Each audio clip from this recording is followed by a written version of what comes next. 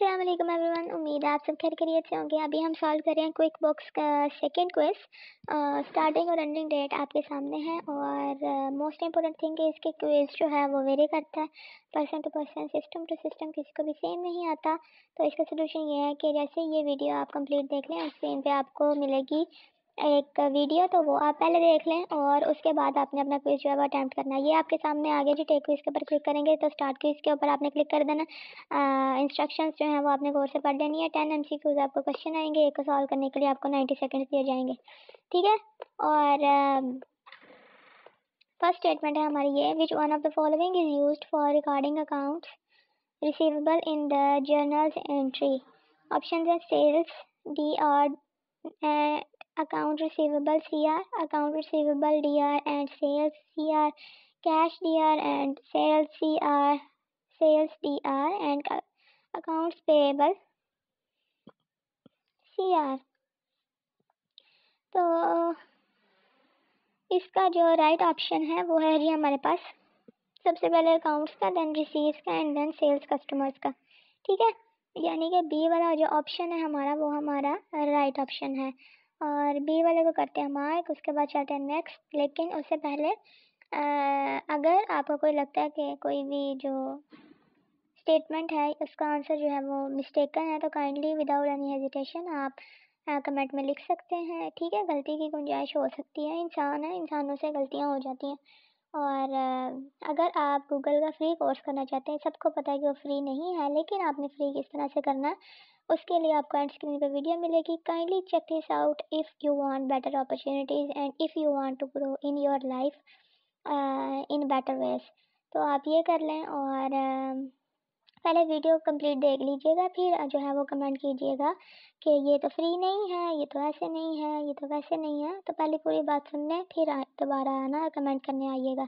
उसके बाद है जी हमारे पास next statement, the record of payment due against vendors is maintained in dash. Option हैं account receivable, items list, vendor details and account payable. तो इसका जो राइट ऑप्शन है हमारे पास वो है जी हमारे पास पेएबल, अकाउंट्स पेएबल, ठीक है। तो उसको करते हैं मार्क और चलते हैं अपने नेक्स्ट स्टेटमेंट पे। और अगर आपने जो है वो अपनी क्विजेज बाकी जो है वो सबमिट नहीं करवाए तो वो आप देख के सबमिट करा सकते हैं। थर्ड है, which one of the following option from the type menu will be use to the record non inventory items in QuickBooks. Option है service, inventory part, non inventory part and discount item. तो इसका जो answer है वो इसी के question के अंदर है कि type menu will be use to record. वो कौन सा टाइप होता है, मतलब मेन्यू के अंदर वो कौन सी टाइप होती है जिसके अंदर आप नॉन इन्वेंट्री आइटम्स जो हैं वो रिकॉर्ड कर सकते हैं। तो इसका जो राइट ऑप्शन है वो है जी हमारे पास नॉन इन्वेंट्री पार्ट।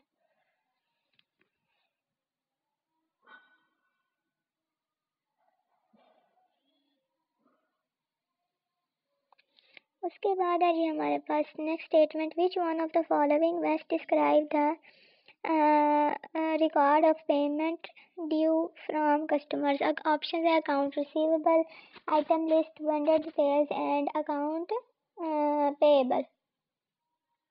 तो इसका जो हमारे पास राइट ऑप्शन है वो है जी अकाउंट रिसीवेबल।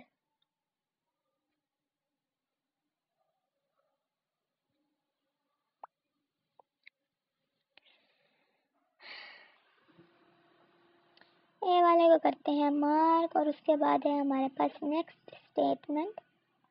और अगर आपने एक्सरसाइजेस जो हैं वो अभी तक फ्रीलांसिंग की या ग्राफिक डिज़ाइनिंग के साथ नहीं की तो आपको जो है वो इसी चैनल पे वो भी एक्सरसाइजेस जो है वो मिल जाएंगी। बड़ी आसान तरीके में आपने वो एक्सरसाइज किस तरह से सॉल्व करनी है, काइंडली चेक दिस आउट। और अपनी असाइनमेंट जो है वो आप करवा के खुद आपने जो है वो अटैम्प्ट करनी है, यानी कि खुद आपने क्रिएट करनी है, किसी से सोल्यूशन फाइल्स नहीं लेनी।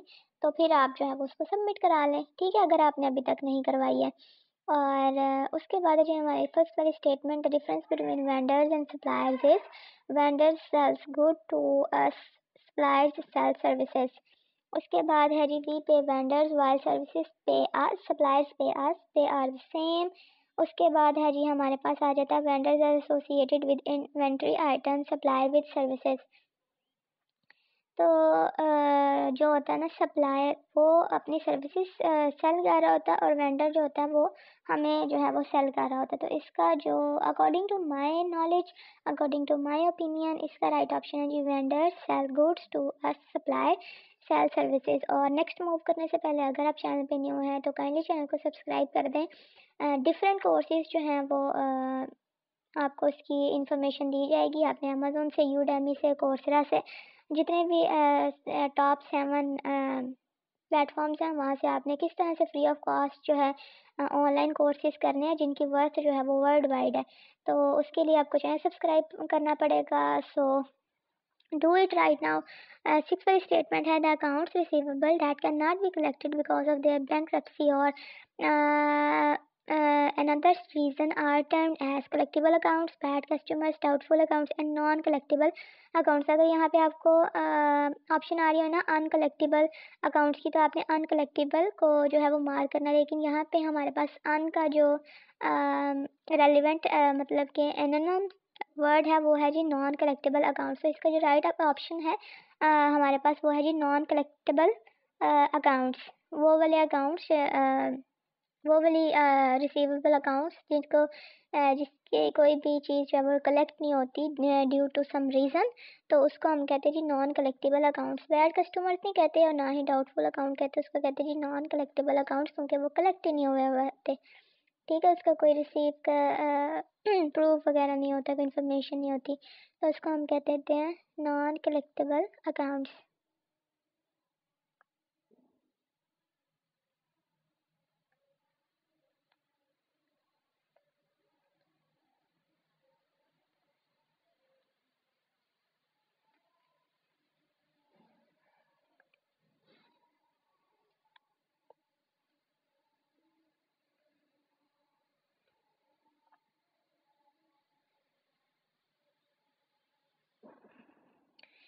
उसके बाद है जी हमारे पास 7th statement suppose an invoice is received for ₹2000 with terms two by 15 and by 30, what is the discount again if paid in 14 days।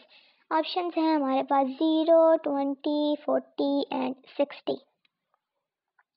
तो टोटल अमाउंट जो है वो हमारे पास है जी 2000, और अगर हम इसको 2 पे करें, मतलब कि इसका जो कंप्लीट आंसर है, अब यहाँ पे मैं आपको कैलकुलेशन कैसे करके बताऊँ, तो इसका जो हमारे पास राइट ऑप्शन है वो है जी हमारे पास 40। ठीक है, कितना डिस्काउंट आएगा जो पेड होगा 14 डेज के अंदर, वो होगा जी 40।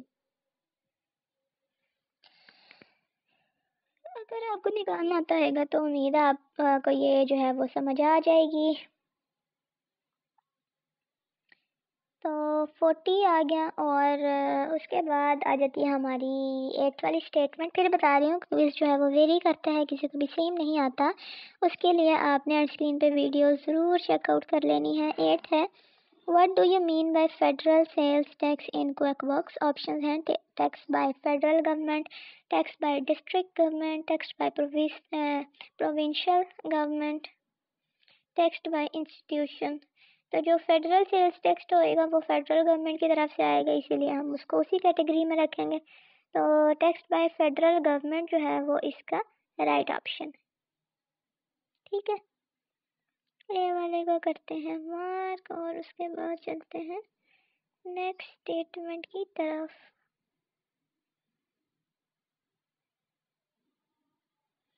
फिर याद रखना है कि फेडरल सेल्स टैक्स जो है क्विक बुक्स के अंदर वो टैक्स बाय फेडरल गवर्नमेंट की कैटेगरी में ही फॉल करेगा, डिस्ट्रिक्ट गवर्नमेंट की कैटेगरी में या प्रोविंशियल गवर्नमेंट की कैटेगरी में या किसी भी इंस्टीट्यूशन की तरफ से नहीं होता। तो वो फेडरल की तरफ से होता है, तो वो फेडरल की तरफ ही उसी कैटेगरी में हम उसको प्लेस करेंगे। तो इस बात का अपना ख्याल रख लेना है। उसके बाद हमारे पास 9th वाली स्टेटमेंट,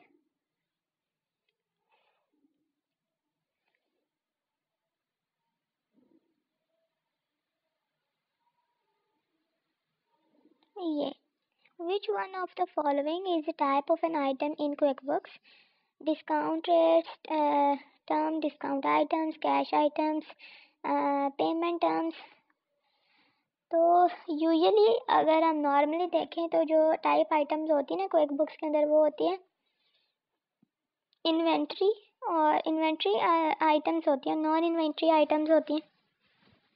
तो क्योंकि हमारे पास जो है वो इसका इस तरह की कोई भी ऑप्शन जो है वो अवेलेबल नहीं है, उन्होंने नहीं दी हुई, तो इसका मुझे श्योर नहीं है इतना कि इसका क्या राइट ऑप्शन होएगा। तो अगर आपको पता है तो वो आप काइंडली जो है वो कमेंट में बता दीजिएगा। बाकी according to my choice I think payment term. तो पेमेंट टर्म को हम करते हैं मार्क और चलते हैं अपनी लास्ट वाले स्टेटमेंट की तरफ, जो कि है ये: the accounts receivable that cannot be collected because of their bankruptcy or another reason are termed as collectible accounts, bad customers, doubtful accounts, uncollectible accounts. तो ये आपको पता है, इसका हम पहले भी सॉल्व कर चुके थे। अनकलेक्टिबल अकाउंट्स या नॉन कलेक्टिबल उनको कहते हैं, ठीक है। तो ये हमारा था, वीडियो जो थी हमारी कंप्लीट हो गई। Thanks for watching, take a very good care of yourself, stay tuned until the next video. मुझे दुआ में याद रखें और दुआ करें अल्लाह मुझे हिदायत अता फरमाए और आपको भी। और अल्लाह हाफ़िज़।